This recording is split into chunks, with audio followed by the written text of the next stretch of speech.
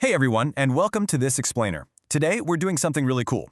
We are literally opening up a highly complex architectural blueprint, the blueprint of AI economics. We're going to cut right through the hype and look at the hard structural engineering of what actually drives value in artificial intelligence today. So, if you've been wondering how all this massive cognitive power actually translates into real measurable dollars and cents, you are in exactly the right place. Okay, let's dive into this because honestly, it's one of the biggest mysteries in modern tech. On one hand, we have this absolutely unprecedented, world-leading manufacturing throughput of intelligence happening in data centers right now. Raw compute is just translating energy into cognitive power at a rate that's frankly astonishing. But out in the real world, enterprise data shows that a staggering 59% of corporate AI agent rollouts fail to hit a positive return on investment in their first year. 59%. I mean, how can something so incredibly powerful fail to pay for itself over half the time? Well, to solve this, we need to look at the structural floor plan. Today, we're covering the scale of cognition, the ROI bottleneck, the CAV blueprint, human rework penalties, Jevons paradox, and finally, why human judgment drives value. Let's kick things off with Section 1, the scale of artificial cognition. So let's start right at the foundation, the sheer scale of artificial cognition. You can think of the baseline power of modern AI as being like an industrial cognitive forklift. It takes raw data center energy and just manufactures intelligence at a cost and speed we've literally never seen before. But what does that cognitive forklift actually look like for a person sitting at a desk? Well, enterprise telemetry data from 2026 shows that knowledge workers using production AI agents are saving a median of 6.4 hours every single week. And senior practitioners? They're recovering even more, sometimes 10 to 12 hours. It is systematically offloading all that heavy, repetitive cognitive paperwork that just completely clutters our days. And this brilliantly illustrates exactly what happens to the unit economics when you fire up that forklift. Look at these costs per task productions, they're wild.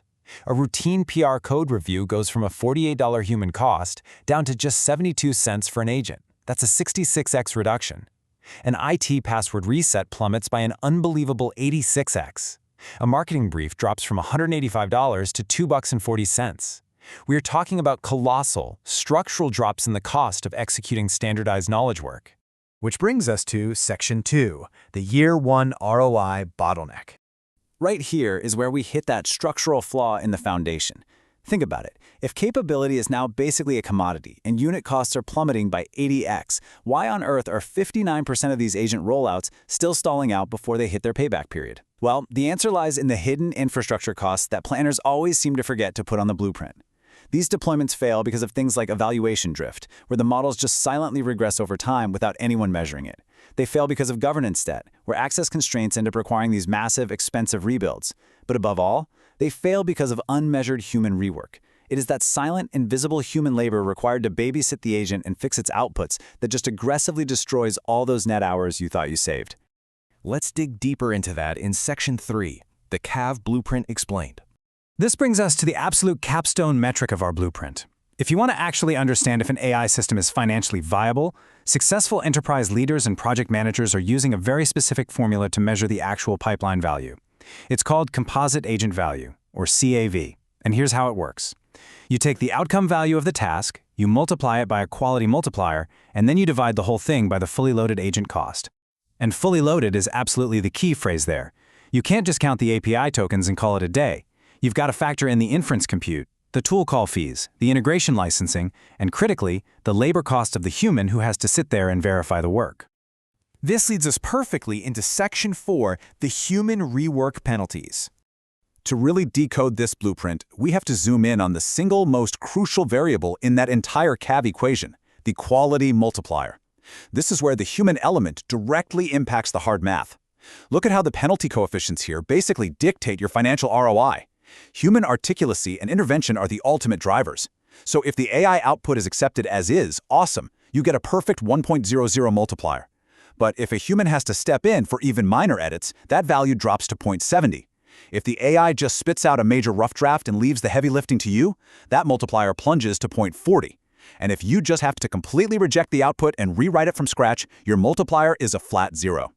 The level of human correction required takes this nice idea of human in the loop and turns it into a hard, unforgiving financial penalty. Listen to how one developer in the trenches perfectly summarized this. Agents nail repetitive stuff, fall apart when things get weird. Human in the loop is still non-negotiable. Honestly, I think anyone who spent more than 5 minutes working with modern AI knows exactly what they mean. Humans are the necessary bridge between an abstract AI output and a high-stakes, actionable decision. The AI gives you the raw material, sure, but human articulacy and judgment are what actually refine it into something valuable.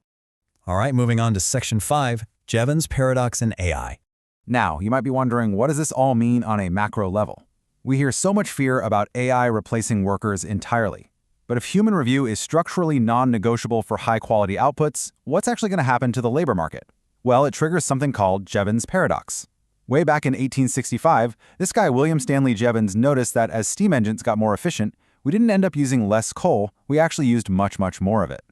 Why? Because cheaper power meant a ton of new industries could suddenly afford to use it. And the exact same thing is happening with AI. As the cost of cognition drops, we aren't doing less thinking, we're just massively expanding our overall consumption of intelligence.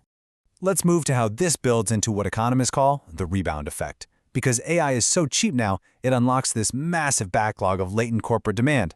Suddenly, we're translating assets into minor languages we used to ignore, we're generating deep market research for tiny niche segments, and we're writing way more code than ever before.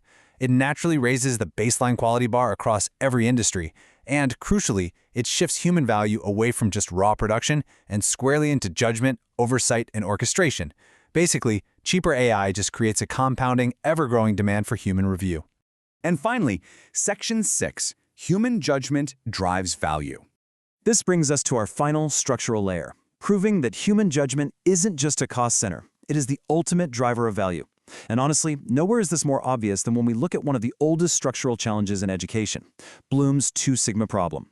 Now, what's really interesting about these numbers is the clear visual proof of human-AI synergy. For decades, we've known that one-on-one human tutoring improves student performance by 2 standard deviations. Pure AI tutors are great at the raw information part, but they really struggle with keeping students motivated. But when you combine them, when the AI handles the pacing and real-time hints, but a human educator acts proactively alongside it, students achieve 61% greater relative map growth compared to using the AI alone. And check out the engagement metrics. Proactive human-AI synergy actually increases student time on task by 25%.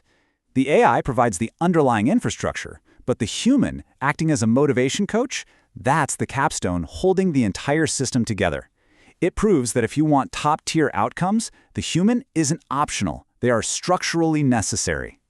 So, bringing it all together, whether we're talking about software engineering pipelines, calculating CAV rework penalties, or educational systems trying to solve a decades-old learning problem, the conclusion is exactly the same. The model itself is just a commodity. The true moat, your real competitive advantage, is the human managing it. Treating AI as a cognitive forklift designed to elevate human capacity, that is literally the only real path to sustained positive ROI. So I'll leave you with this question. When you look at your own organization's blueprints, are you building your AI infrastructure simply to cut costs, or are you actually using it to expand your capacity for human judgment? Because the data is crystal clear. The people who master the economics of human-AI synergy are the ones who are truly going to build the future. Thanks so much for joining me on this explainer today, and keep building.